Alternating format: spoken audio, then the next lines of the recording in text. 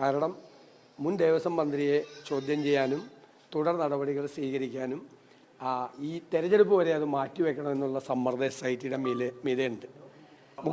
മുഖ്യമന്ത്രിയുടെ ഓഫീസിൽ നിന്ന് അവരുടെ മീതെ വലിയ സമ്മർദ്ദമാണ്. ശബരിമല ധർമ്മശാസ്താവിൻ്റെ ശ്രീകോവിലിന് മുമ്പിലുണ്ടായിരുന്ന ദ്വാരപാലക ശില്പം എന്നുള്ളൊരു വാല്യൂ ഉണ്ട്.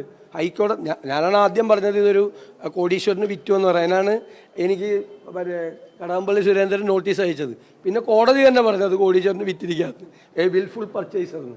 കോടതി തന്നെ ഈ ഇൻ്റർനാഷണൽ റാക്കറ്റിൻ്റെ കാര്യം പറഞ്ഞിട്ടുണ്ട്. അപ്പോൾ രമേശ് ചെന്നിത്തല അദ്ദേഹം ഞാനുമായിട്ട് സംസാരിച്ചിരുന്ന അദ്ദേഹത്തിന് ഒരാൾ ഇങ്ങനെ ഇൻഫർമേഷൻ കൊടുത്തു ഇതൊരു വലിയ തുകയ്ക്കാണ് വിറ്റിരിക്കുന്നത്. അപ്പോൾ അദ്ദേഹം ആ ആളെയുടെ മൊഴിയെടുക്കണം. SIT എന്ന് പറഞ്ഞിരിക്കുന്നത് വളരെ ഗൗരവമുള്ള കാര്യം. ഇത് ഹൈക്കോടതി വിധി പറഞ്ഞിരിക്കുന്ന കാര്യം തന്നെയാണ്. അല്ലാതെ ഞങ്ങൾ എക്സാജറേറ്റ് ചെയ്ത് അതിശയോക്തിപരമായിട്ട് ഞങ്ങൾ പറയുന്ന കാര്യമല്ല. ഈ ഇൻ്റർനാഷണൽ റാക്കറ്റിനെ കുറിച്ച് ഹൈക്കോടതി വിധിയിൽ തന്നെ ഉണ്ട്, ഓൾറെഡി ഉണ്ട്. ഇപ്പോൾ പോയ ദേവസ്വം ബോർഡ് പ്രസിഡന്റിനെയും വിളിച്ച് ചോദ്യം ചെയ്യണം. കാരണം രണ്ടാമത് ഇത് അടിച്ചു മാറ്റാൻ പോയ ആളാണ്, മനസ്സിലായില്ലേ? രണ്ടാമത് അതായത് ദേവസ്വം കമ്മീഷണർ ഇത് ഇവിടുന്ന് കൊണ്ടുവരുമെന്ന് പറഞ്ഞു. കോടതി തന്നെ പറഞ്ഞിരിക്കുന്ന കേട്ടോ, ഞാൻ പറഞ്ഞിരിക്കുന്നത്. 10 ദിവസം കഴിഞ്ഞപ്പോൾ അത് മലക്കം പറഞ്ഞു. അത് ഈ ദേവസ്വം ബോർഡ് പ്രസിഡന്റ് ഇടപെട്ടിട്ടാണ്. പുള്ളിക്കാണെങ്കിൽ ഇത് പൂശിയേ പറ്റുള്ളൂ, പുറത്ത് കൊണ്ടുപോയേ പറ്റുള്ളൂ, ഉണ്ണികൃഷ്ണൻ പോറ്റിയുടെ കയ്യിൽ തന്നെ കൊടുത്തേ പറ്റുള്ളൂ എന്നുള്ള വാശി ഇപ്പം ഈ പോയ ദേവസ്വം ബോർഡ് പ്രസിഡന്റിന് ഉണ്ടായിരുന്നു. നമസ്കാരം. ശബരിമല സ്വർണ്ണക്കൊള്ള വിവാദം പുതിയ വഴിത്തിരിവിലേക്ക് എത്തുന്നു. ശബരിമലയിൽ നാളെ ഇതുവരെയും ഇല്ലാത്ത കേട്ടുകേൾവിയില്ലാത്ത സംഘടിതമായ സ്വർണ്ണക്കൊള്ളയാണ് നടന്നിരിക്കുന്നത് എന്നാണ് പ്രതിപക്ഷ നേതാവായ VD സതീശൻ മാധ്യമങ്ങളെ കണ്ടപ്പോൾ പറഞ്ഞത്. ശബരിമല ദർശനത്തിനെത്തിയ VD സതീശൻ ശബരിമല സന്നിധാനത്തിൽ വെച്ച് മാധ്യമങ്ങളെ കണ്ടപ്പോഴാണ് ചില തുറന്നു പറച്ചിലുകൾ നടത്തിയത്. നാളെ ഇതുവരെയും കേരളത്തിന്റെ ചരിത്രത്തിൽ ഉണ്ടാകാത്ത തരത്തിലുള്ള ഒരു ഗൂഢാലോചനയാണ് ഈ സ്വർണ്ണക്കൊള്ളയുടെ പുറകിൽ ഉണ്ടായിട്ടുള്ളത് എന്നുകൂടി VD സതീശൻ പറയുന്നു. CPM-ന്റെ സമുന്നതരായ നേതാക്കൾ എല്ലാവരും CPM-ന്റെ കൂടാരത്തിൽ ഒരുമിച്ച് ചേർന്നെടുത്ത ഒരു ഗൂഢാലോചന തന്നെയാണ് ഇതിൽ ഉള്ളത്. ദേവസ്വം ബോർഡിലെ ജീവനക്കാരും ദേവസ്വം വകുപ്പ് മന്ത്രിയും CPM-ലെ സമുന്നതരായ നേതാക്കളും എല്ലാവരും ഒത്തൊരുമിച്ച് ചേർന്ന് നടത്തിയിരിക്കുന്ന ഈ സ്വർണ്ണക്കൊള്ള തന്നെയാണ് ശബരിമലയിൽ ഉണ്ടായിരിക്കുന്നത്. ഇത് നാളിതുവരെ കാണാത്തതാണ്, കേൾക്കാത്തതാണ്. ശബരിമല ക്ഷേത്രത്തിലെ ദ്വാരപാലക ശില്പങ്ങളിലെ സ്വർണ്ണപ്പാളി ഇളക്കിക്കൊണ്ടുപോയി അന്യസംസ്ഥാനത്ത് വിറ്റിരിക്കുന്നു എന്നുള്ളത് താനാണ് ആദ്യം വെളിപ്പെടുത്തിയത്. താൻ അത് പറഞ്ഞതിന്റെ പേരിൽ തനിക്കെതിരെ മാനനഷ്ടത്തിന് കടകംപള്ളി സുരേന്ദ്രൻ 2019 ദേവസ്വം വകുപ്പ് മന്ത്രിയായിരുന്ന കടകംപള്ളി സുരേന്ദ്രൻ കേസ് കൊടുത്തിരിക്കുന്ന കാര്യം കൂടി VD സതീശൻ മാധ്യമങ്ങളോട് തുറന്നു പറഞ്ഞു. ഇന്നലെയാണ് രമേശ് ചെന്നിത്തലയെ വിദേശത്തുള്ള ഒരു വ്യവസായി വിളിച്ചു പറഞ്ഞത് ശബരിമല സ്വർണ്ണക്കൊള്ളയുമായി ബന്ധപ്പെട്ട് ചില നിർണായക വിവരങ്ങൾ എൻ്റെ കയ്യിലുണ്ട്, തെളിവുകളുണ്ട്, താനത് SITക്ക് കൊടുക്കാൻ തയ്യാറാണ് എന്നാണ് രമേശ് ചെന്നിത്തലയോട് ആ വിദേശ വ്യവസായി പറഞ്ഞത്. അതായത് ബഹുമാനപ്പെട്ട ഹൈക്കോടതി തന്നെ ശബരിമല സ്വർണ്ണക്കൊള്ളയുമായി ബന്ധപ്പെട്ട് അന്താരാഷ്ട്ര വിഗ്രഹ മോഷ്ടാക്കൾക്ക് മാഫിയയ്ക്ക് ബന്ധമുണ്ടോ എന്ന് സംശയിക്കുന്നതായി പറഞ്ഞത് അടിവരയിടുന്ന തരത്തിൽ തന്നെയാണ് രമേശ് ചെന്നിത്തലയോട് വിദേശത്തുള്ള ഒരു സുഹൃത്ത് ശബരിമല സ്വർണ്ണക്കൊള്ളയുമായി ബന്ധപ്പെട്ട് നിർണായകമായ ചില രേഖകൾ, ചില തെളിവുകൾ എൻ്റെ കയ്യിലുണ്ട് എന്ന് പറഞ്ഞത്. അതായത് ശബരിമല സ്വർണ്ണക്കൊള്ളയുമായി ബന്ധപ്പെട്ട് വിദേശ വിഗ്രഹ മാഫിയകൾക്ക് ബന്ധമുണ്ട് എന്ന് തന്നെയാണ് അതിൽ നിന്നും മനസ്സിലാക്കാൻ കഴിയുന്നത്. ശബരിമലയിൽ കാലാകാലം ഭരിച്ചിരുന്ന ദേവസ്വം വകുപ്പ് മന്ത്രിമാരും ദേവസ്വം പ്രസിഡന്റുമാരും കമ്മീഷണർ ും എല്ലാം ഇതിൽ പങ്കാളികളായിട്ടുണ്ട് എന്ന് തന്നെയാണ് മനസ്സിലാക്കാൻ കഴിയുന്നത്. ഇവരുടെ എല്ലാം നേരത്തെ ഉണ്ടായിരുന്ന സാമ്പത്തിക ആസ്തികളും ഇപ്പോഴുള്ള അവരുടെ സാമ്പത്തിക ചുറ്റുപാടുകളും പരിശോധിക്കേണ്ടത് തന്നെയാണ് എന്നാണ് VD സതീശൻ മാധ്യമങ്ങളോട് പറഞ്ഞത്. ശബരിമലയിൽ സന്ദർശനത്തിന് എത്തിയ വേളയിലാണ് VD സതീശൻ ഇത്തരത്തിൽ പറഞ്ഞത്. വർഷാവർഷം താൻ ശബരിമല ദർശിക്കാറുള്ളതാണ്, ദർശനത്തിന് എത്താറുള്ളതാണ്. ഏതെങ്കിലും കാരണവശാൽ വരാൻ പറ്റാത്ത സാഹചര്യത്തിൽ മാത്രമാണ് ശബരിമലയിൽ എത്താതിരിക്കുക. എന്നാൽ ഈ കൊല്ലം ശബരിമലയിൽ ദർശനത്തിന് എത്തിയപ്പോഴാണ് മാധ്യമങ്ങളെ കണ്ടപ്പോൾ നാളിതുവരെ ഇല്ലാത്ത രീതിയിലുള്ള ശബരിമലയിലെ സ്വർണ്ണക്കൊള്ളയെക്കുറിച്ച് ചില വെളിപ്പെടുത്തലുകൾ VD സതീശൻ നടത്തിയത്. അന്താരാഷ്ട്ര വിഗ്രഹ മാഫിയകൾക്ക് ശബരിമലയിലെ സ്വർണ്ണക്കൊള്ളയുമായി ബന്ധമുണ്ട് എന്നുള്ള തെളിവുകൾ പുറത്തു വന്നുകൊണ്ടിരിക്കുന്നു. ദേവസ്വം വകുപ്പ് മന്ത്രി കടകംപള്ളി സുരേന്ദ്രനിലേക്കും ഇപ്പോൾ സ്ഥാനമൊഴിഞ്ഞ ദേവസ്വം വകുപ്പ് പ്രസിഡന്റിലേക്കുമെല്ലാം ഇത് എത്തേണ്ടത് തന്നെയാണ് എന്നാണ് VD സതീശൻ മാധ്യമങ്ങളോട് പറഞ്ഞത്. VD സതീശൻ മാധ്യമങ്ങളെ കണ്ടപ്പോൾ വ്യക്തമാക്കിയ അഭിമുഖത്തിന്റെ പ്രസക്ത ഭാഗങ്ങൾ നമുക്കൊന്ന് കേൾക്കാം. ശബരിമല കേരളം മുഴുവൻ, കേരളത്തിലെ വിശ്വാസികൾ മാത്രമല്ല എല്ലാവരും അമ്പരന്ന് നിൽക്കുകയാണ്. കാരണം ശബരിമലയിൽ നടന്ന സ്വർണ്ണക്കൊള്ള കേട്ടുകേൾവിയില്ലാത്തൊരു കാര്യമാണ്. 2 മുൻ ദേവസ്വം ബോർഡ് പ്രസിഡന്റുമാരും CPM-ന്റെ സമുന്നതരായ നേതാക്കളും ജയിലിലാണ്. അതിൻ്റെ അന്വേഷണം ഹൈക്കോടതിയുടെ നേതൃത്വത്തിൽ നടക്കുകയാണ്. നമുക്കതിനകത്ത് പൂർണ്ണമായ വിശ്വാസമുണ്ട്. പക്ഷേ ആ അന്വേഷണം മുമ്പോട്ട് കൊണ്ടുപോകുന്നതിന് മുഖ്യമന്ത്രിയുടെ ഓഫീസ് SITയുടെ മീതെ സമ്മർദ്ദം ചെലുത്തുകയാണ്. കാരണം മുൻ ദേവസ്വം മന്ത്രിയെ ചോദ്യം ചെയ്യാനും തുടർ നടപടികൾ സ്വീകരിക്കാനും ഈ തെരഞ്ഞെടുപ്പ് വരെ അത് മാറ്റിവെക്കണമെന്നുള്ള സമ്മർദ്ദം SITയുടെ മീതെയുണ്ട്. കാരണം തെരഞ്ഞെടുപ്പ് കാലത്ത് അതൊരു വിവാദമാണ്. അപ്പോൾ തെരഞ്ഞെടുപ്പ് കാലത്ത് ഗൗരവതരമായി ചർച്ച ചെയ്യപ്പെട്ട വിഷയം ശബരിമലയിലെ സ്വർണ്ണക്കൊള്ള തന്നെയാണ്. പിന്നെ മുഖ്യമന്ത്രി കുറേ ചോദ്യങ്ങൾ എന്നോട് ചോദിച്ചിട്ടുണ്ട്. ഞാൻ മുഖ്യമന്ത്രിയുമായിട്ടൊരു തുറന്ന സംവാദത്തിന് തയ്യാറാണ്.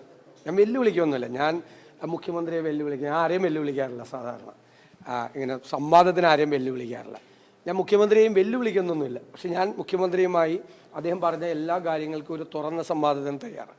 അദ്ദേഹം പറഞ്ഞൊരു ഒരുപാട് അബദ്ധങ്ങളും തെറ്റുകളും അദ്ദേഹത്തിൻ്റെ എന്നോടുള്ള ചോദ്യങ്ങളിലുണ്ട്. ഒന്ന്, വിഴിഞ്ഞം തുറമുഖത്തിനെതിരായി അതിശക്തമായ സമരം പ്രതിപക്ഷം നടത്തിയെന്നാണ് അദ്ദേഹം പറയുന്നത്. പ്രതിപക്ഷം സമരമൊന്നും നടത്തിയിട്ടില്ല, വിഴിഞ്ഞം തുറമുഖത്തിനെതിരായി സമരം നടത്തിയിട്ടില്ല. മറിച്ച് ഉമ്മൻചാണ്ടി മുഖ്യമന്ത്രി ആയിരിക്കുന്ന സമയത്ത്, ഈ തുറമുഖം കൊണ്ടുവന്ന സമയത്ത്, ഇത് പ്രഖ്യാപിച്ച സമയത്ത് ഇത് 6000 കോടി രൂപയുടെ റിയൽ എസ്റ്റേറ്റ് ആണ്, അഴിമതിയാണ് എന്ന് പറഞ്ഞ പാർട്ടി സെക്രട്ടറി ആയിരുന്നു ശ്രീ പിണറായി വിജയൻ. അദ്ദേഹമാണ് അതിനെ എതിർത്തത്. മാത്രമല്ല, അന്നത്തെ CPM-ൻ്റെ മുഖപത്രമായ ദേശാഭിമാനിയുടെ ഫ്രണ്ട് പേജിൽ കടൽ കൊള്ളയെന്നാണ് വന്നത്. അപ്പം കടൽ കൊള്ളയെന്നും റിയൽ എസ്റ്റേറ്റ് ഇടപാടെന്നും പറഞ്ഞ് ഈ വിഴിഞ്ഞം തുറമുഖത്തിന് എതിരായി നിലപാടെടുത്തത് ശ്രീ പിണറായി വിജയനാണ്. അദ്ദേഹം അത് മറന്നുപോയത് ഇപ്പോൾ ഓർമ്മിപ്പിക്കാൻ ഈ അവസരം കിട്ടി. എന്നിട്ടിപ്പോൾ വിഴിഞ്ഞം തുറമുഖത്തിൻ്റെ അവകാശവാദം അദ്ദേഹം ഉന്നയിക്കുന്നത് വൈക്കം മുഹമ്മദ് ബഷീറിൻ്റെ കഥാപാത്രമായ എട്ടുകാലി മമ്മൂഞ്ഞിനെ ഓർമ്മിപ്പിക്കുന്ന തരത്തിലാണ്. രണ്ടാമതൊരു കാര്യം അദ്ദേഹം പറഞ്ഞത് വയനാട് തുരങ്കത്തിനെയും തീരദേശ ഹൈവേയും ഞാൻ എതിർത്തു എന്നാണ്. ഞാനത് പറഞ്ഞ സ്റ്റേറ്റ്മെൻറ്റ് വളരെ കൃത്യമാണ്. പാരിസ്ഥിതിക ആഘാത പഠനം നടത്താതെ ഈ 2 പരിപാടിയും നടത്തരുത് എന്നാണ് പറഞ്ഞത്. കാരണം ഞാനിത് പറഞ്ഞതിന് ശേഷമാണ് വയനാട്ടിൽ വലിയ ലാൻഡ് സ്ലൈഡ് ഉണ്ടായത്, വലിയ അപകടം ഉണ്ടായി, ഇത്രയും ആളുകൾ മരിച്ചത് അതിന് ശേഷം. അതായത് ഈ പശ്ചിമഘട്ട മലനിരകൾ എന്ന് പറയുന്നത് വളരെ നിർണായകമായ, വളരെ ശ്രദ്ധിക്കേണ്ട സ്ഥലമാണ്. കാരണം നമ്മുടെ കാലാവസ്ഥാ വ്യതിയാനം ഉണ്ടായ സമയത്ത് അതിതീവ്ര മഴ ഉണ്ടായതാണ് അവിടുത്തെ അന്നത്തെ ആ ലാൻഡ് സ്ലൈഡിന് കാരണം.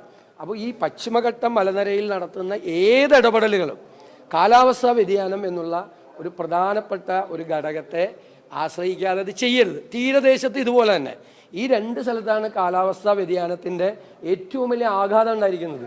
തീരം കയറിക്കൊണ്ടിരിക്കുകയാണ്, തീരപ്രദേശം കയറിക്കൊണ്ടിരിക്കുകയാണ്, തീരെ ശോഷണം സംഭവിച്ചുകൊണ്ടിരിക്കുകയാണ്. ഇന്ന് നിങ്ങൾ കാണുന്ന വീട്, മത്സ്യത്തൊഴിലാളിയുടെ വീട് അടുത്ത മൺസൂൺ കഴിയുമ്പോൾ കാണുന്നില്ല. അപ്പോൾ കാലാവസ്ഥാ വ്യതിയാനം ഗുരുതരമായ ആഘാതമുണ്ടാക്കിയ 2 സ്ഥലത്ത് വികസന പ്രവർത്തനങ്ങൾ നടത്തുമ്പോൾ പാരിസ്ഥിതിക ആഘാത പഠനം നടത്തണമെന്നും കാലാവസ്ഥാ വ്യതിയാനം മുഖ്യമായി പഠിക്കണം എന്നുള്ളത് അതൊരു ഉദാത്തമായ കാഴ്ചപ്പാടാണ്. ഞാൻ ആ കാഴ്ചപ്പാടിൽ ഇപ്പോഴും ഉറച്ചു നിൽക്കുന്നു. അത് ഇന്നത്തെ കാലഘട്ടത്തിൽ, കാരണം 195 രാജ്യങ്ങളുടെ ഈ കാലാവസ്ഥാ വ്യതിയാനത്തെക്കുറിച്ചുള്ള അവരുടെ റിപ്പോർട്ട്, IPCC റിപ്പോർട്ടും അതിന്മേലുള്ള അമേരിക്കൻ ബഹിരാകാശ ഏജൻസിയായ നാസയുടെ റിപ്പോർട്ടും സഭയിൽ കൊണ്ടുവന്ന പ്രതിപക്ഷമാണ് ഞങ്ങളുടേത്. ഗൗരവത്തോടു കൂടി ചർച്ച, കാരണം അറബി കടൽ ഉൾപ്പെടെ വളരെ മാറ്റം സംഭവിച്ചുകൊണ്ടിരിക്കുകയാണ് കാലാവസ്ഥാ വ്യതിയാനത്തിൽ. അപ്പോൾ ഇനി കേരളത്തിൽ നടക്കുന്ന എല്ലാ വികസന പ്രവർത്തനങ്ങളും തുടങ്ങുന്നതിന് മുമ്പ് കാലാവസ്ഥാ വ്യതിയാനം എന്നുള്ളത് നടക്കും. പിന്നെ വിഴിഞ്ഞത്ത് വികസനത്തിൻ്റെ ഇരകളുണ്ടായി. അവിടെ 450 കുടുംബങ്ങൾ അവിടുത്തെ ഒരു സിമൻറ്റ് ഗോഡൗണിൽ അടയ്ക്കപ്പെട്ട് മാസങ്ങളോളം അവർക്ക് പുനരധിവാസം ഇല്ലാതായപ്പോൾ ഞങ്ങൾ നിയമസഭയിൽ കൊണ്ടുവന്ന് കൈകൂപ്പിയാണ് ഞാൻ ഗവൺമെൻറ്റിനോട് പറഞ്ഞത് അവർക്ക് കൊടുക്കണമെന്ന്. അപ്പോൾ പ്രസവിച്ച കുഞ്ഞുങ്ങൾ ഉൾപ്പെടെയുള്ള ആളുകളെ ആണ് ഞാൻ കണ്ടത്. ഒരാഴ്ച മുമ്പ് പ്രസവിച്ച കുഞ്ഞിനെ ഉൾപ്പെടെയുള്ള ആളുകളെ ഞാൻ കണ്ടത്. അത് പുനരധിവാസം വേണമെന്ന്. ആ പുനരധിവാസത്തിന് വേണ്ടിയിട്ടാണ് തിരുവനന്തപുരം രൂപതയുടെ നേതൃത്വത്തിൽ സമരം നടത്തിയത്. ആ സമരത്തിന് ഞങ്ങൾ പിന്തുണ കൊടുത്തു. ഉമ്മൻചാണ്ടി സർക്കാർ അതിന് പണം മാറ്റിവെച്ചിട്ടുണ്ടായിരുന്നു 472 കോടി. അതിവർ ചിലവാക്കിയില്ല, മനസ്സിലായില്ലേ? പിന്നെ ലൈഫ് മിഷൻ്റെ കാര്യം MM ഹസൻ പറഞ്ഞത്. ലൈഫ് മിഷൻ്റെ എന്താ ഞങ്ങൾ പറഞ്ഞത്? 5 പദ്ധതികൾ ഉമ്മൻചാണ്ടി സാറിൻ്റെ കാലത്ത് ഉണ്ടായിരുന്നത് സംയോജിപ്പിച്ചാണ് ലൈഫ് മിഷൻ പദ്ധതി. ഉമ്മൻചാണ്ടി സാറിൻ്റെ കാലത്ത് ഈ 5 പദ്ധതിയിലും കൂടി 4,55,000 വീട് പണിതപ്പോൾ ഇവർ 10 വർഷം കൊണ്ട് അത്രയും വീടേ പണിതിട്ടുള്ളൂ. അപ്പോൾ അന്നത്തെ പണിതതിൻ്റെ പകുതി വീട് മാത്രമാണ് ഈ LDF-ൻ്റെ കാലത്ത് പണിതത്. ശരിക്കും UDF കാലത്ത് 5 വർഷം കൊണ്ട് പണിത അത്ര വീട് മാത്രമേ ഈ ലൈഫ് മിഷൻ ഉണ്ടായതിനു ശേഷം പണിതിട്ടുള്ളൂ. അതിന് ഒരുപാട് പ്രശ്നങ്ങളുണ്ട്. SC വിഭാഗങ്ങൾക്ക് പ്രശ്നമുണ്ട്, ST വിഭാഗങ്ങൾക്ക് പ്രശ്നമുണ്ട്, മത്സ്യത്തൊഴിലാളികൾക്ക് പ്രശ്നമുണ്ട്. കാരണം അവരുടെയൊക്കെ സെപ്പറേറ്റ് പദ്ധതിയായി നിന്ന കാലത്ത് പണിതത്ര വീടുകൾ ഇപ്പോൾ പണിയാൻ പറ്റുന്നില്ല. അത് ഗൗരവത്തോടു കൂടി അത് ലൈഫ് മിഷൻ്റെ ഇപ്പോഴത്തെ ഘടന ഞങ്ങൾ പുനഃപരിശോധിക്കുമെന്ന് പറയുന്നതിൽ ഒരു തെറ്റുമില്ല. ഞങ്ങൾ പുനഃപരിശോധിക്കും. അന്നത്തെ ഞങ്ങൾ 5 ലക്ഷം വീടുണ്ടാക്കി കൊടുക്കാമെന്ന് പറയുന്നത് 5 കൊല്ലം കൊണ്ട്. അത് ഞങ്ങളുടെ കോൺഫിഡൻസ് എന്താണ്? ഉമ്മൻചാണ്ടി ഗവൺമെൻറ്റിൻ്റെ കാലത്ത് 4,55,000 വീട് പണിതതിൻ്റെ കോൺഫിഡൻസ് ആണ്. അപ്പം ഞങ്ങൾ 5 വർഷം കൊണ്ട് 5 വർഷം 5 ലക്ഷം വീട് പണിയാന്ന് പറഞ്ഞിട്ട് ലൈഫിൽ അത് നടക്കില്ല. ഇതൊക്കെയാണ് കാര്യങ്ങൾ. ഇതൊക്കെയാണ് അദ്ദേഹം ഉന്നയിച്ച പ്രധാനപ്പെട്ട ചോദ്യങ്ങൾ. ഇതിലൊന്നും ഒരു അടിസ്ഥാനമില്ല. ഇതൊന്നും കൊണ്ട് ഈ ശബരിമലയിലെ സ്വർണ്ണക്കൊള്ള ഇല്ലാതാവില്ല. അത് തന്നെ നാളെ നടക്കുന്ന തെരഞ്ഞെടുപ്പിലും അത് പ്രധാനപ്പെട്ട ചർച്ച തന്നെയാവും എന്നുള്ള കാര്യത്തിൽ സംശയമില്ല.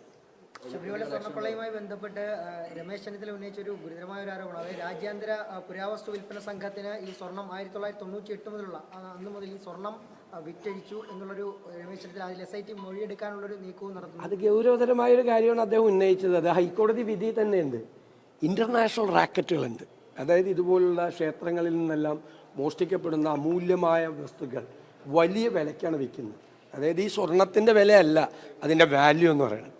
ശബരിമല ധർമ്മശാസ്താവിൻ്റെ ശ്രീകോവിലിന് മുമ്പിലുണ്ടായിരുന്ന ദ്വാരപാലക ശില്പം എന്നുള്ളൊരു വാല്യൂ ഉണ്ട്. ഹൈക്കോടതി ഞാനാണ് ആദ്യം പറഞ്ഞത് ഇതൊരു കോടീശ്വരന് വിറ്റു എന്ന് പറയാനാണ് എനിക്ക് കടകംപള്ളി സുരേന്ദ്രൻ നോട്ടീസ് അയച്ചത്. പിന്നെ കോടതി തന്നെ പറഞ്ഞത് കോടീശ്വരന് വിറ്റിരിക്കാത്ത വിൽഫുൾ പർച്ചേസർ എന്ന്. കോടതി തന്നെ ഈ ഇൻ്റർനാഷണൽ റാക്കറ്റിൻ്റെ കാര്യം പറഞ്ഞിട്ടുണ്ട്.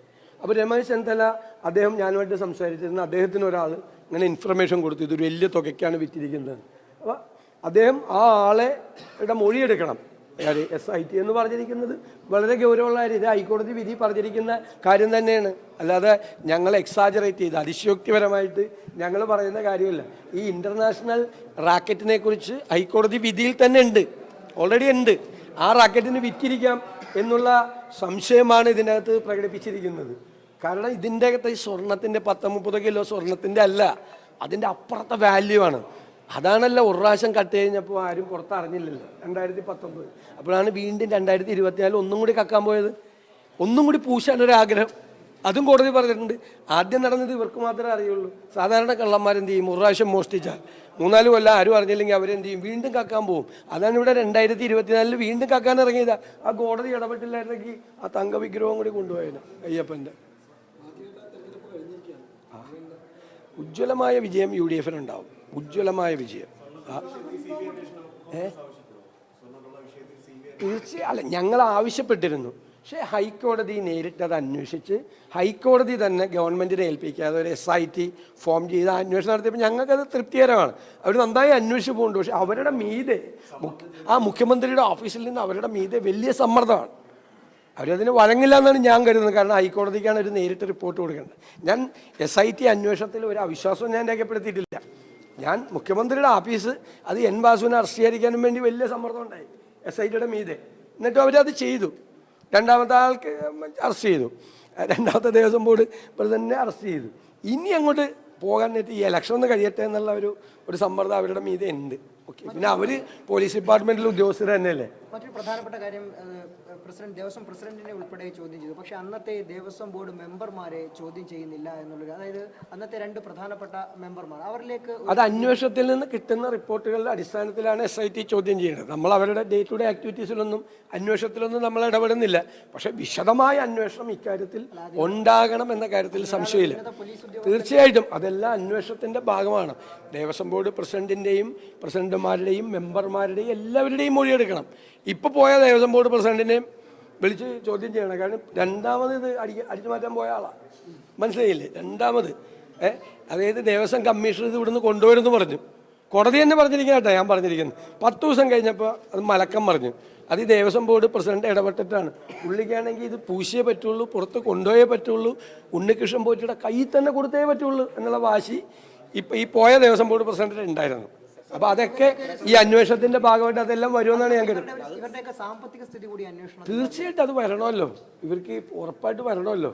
അവരൊക്കെ ഏത് സ്ഥിതിയിലായിരുന്നു, നേരത്തെ ഉണ്ടായിരുന്നു, ഇപ്പോഴത്തെ അവരുടെ സ്ഥിതി എന്താണെന്നൊക്കെ അന്വേഷിക്കുമ്പോൾ അറിയാൻ പറ്റും.